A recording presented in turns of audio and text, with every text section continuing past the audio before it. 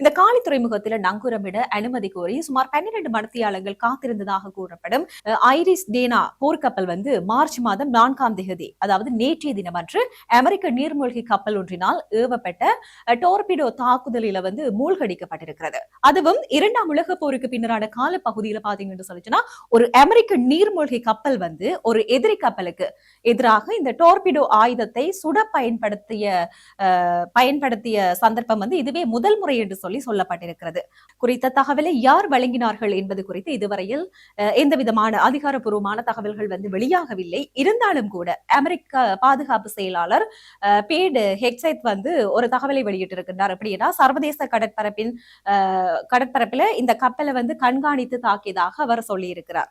இந்த கப்பல் முன்னதாக இந்தியாவினுடைய விசாகப்பட்டினத்தில் இடம்பெற்ற ஒரு கூட்டு கடற்படை பயிற்சியில பங்கேற்றிருந்தது. அங்கு பங்கு பெற்றி திரும்பிக் கொண்டிருந்த போதுதான் இந்த மாதிரி விபத்து சம்பவம் இடம்பெற்றதாக சொல்லப்பட்டிருக்கிறது. இலங்கை கடற்பரப்புக்குள்ள வெளியே சுமார் 40 கடல் மைல் தொலைவில் இந்த தாக்குதல் நடாத்தப்பட்டிருக்குது. இந்த கப்பலில் இருந்த சுமார் 180 ஊழியர்கள் பயணித்திருந்தார்கள்.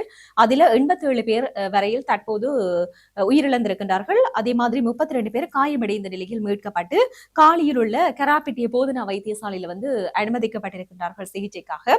இப்படி இருக்கும்போது இந்த கப்பலில் இருந்து கிடைத்த அவசர உதவி அழைப்பினை தொடர்ந்துதான் தாங்கள் இந்த மீட்பு பணிகளை மேற்கொண்டதாக இலங்கை அரசு தற்போது ஒரு தகவலை வெளியிட்டிருக்கிறது. அதாவது மார்ச் மாதம் 4ஆம் தேதி இலங்கை நேரம் சரியாக 5-8 மணி அளவில் இலங்கையினுடைய கடற்படைக்கு தான் இந்த செய்தி வந்திருக்குது. இதனை அடுத்து 6 மணி அப்படி இலங்கையினுடைய முதலாவது கப்பல் அந்த இடத்துக்கு போயிருக்குது. அதற்கு பிற்பாடு 7 மணிக்கு இன்னும் ஒரு கப்பல் இலங்கையினுடைய கப்பலோ விமானமோ அனுப்பப்பட்டிருக்குது.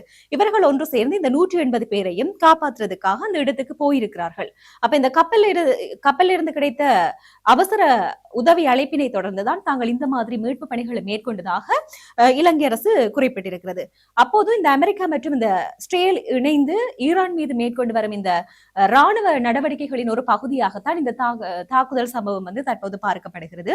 அதே மாதிரி இந்த ஈரானிய கப்பலை அமெரிக்கா மூழ்கடித்ததற்கு அமெரிக்கா மிக மோசமாக வருத்தப்படும் என்று சொல்லி ஈரான் அறிவித்திருக்கிறது. ஏனென்றால் அமெரிக்கா எந்த விதமான முன்னறிவிப்பும் இன்றி தான் இந்த தாக்குதலை நடாத்தி இருக்கிறது. அதே மாதிரி பாணாந்துறை கடற்பரப்புகளை பாத்தீங்கன்னு சொல்லி சொன்னா பாணாந்துறை கடற்பரப்புக்கு அருகில இலங்கையின் பிரத்யேக பொருளாதார வலயத்தில் இன்னும் ஒரு ஈரானிய கப்பல் நங்கூரமிடப்பட்டுள்ளதாக சற்று முன்னர் ஒரு தகவல் வெளியாகி இருக்கிறது. அதுல சுமார் 300 சிறுவர்கள் வரையில் உணவு மற்றும் குடிநீரின்றி தவிப்பதாகவும் சொல்லப்பட்டிருக்கிறது. இப்படி இருக்கும்போது நீர் மற்றும் உணவு பெற்றுக்கொள்ள 24 மணி நேரத்துக்கு இலங்கையின் துறைமுகத்தை பயன்படுத்த அனுமதி கோரப்பட்டிருக்கிறது.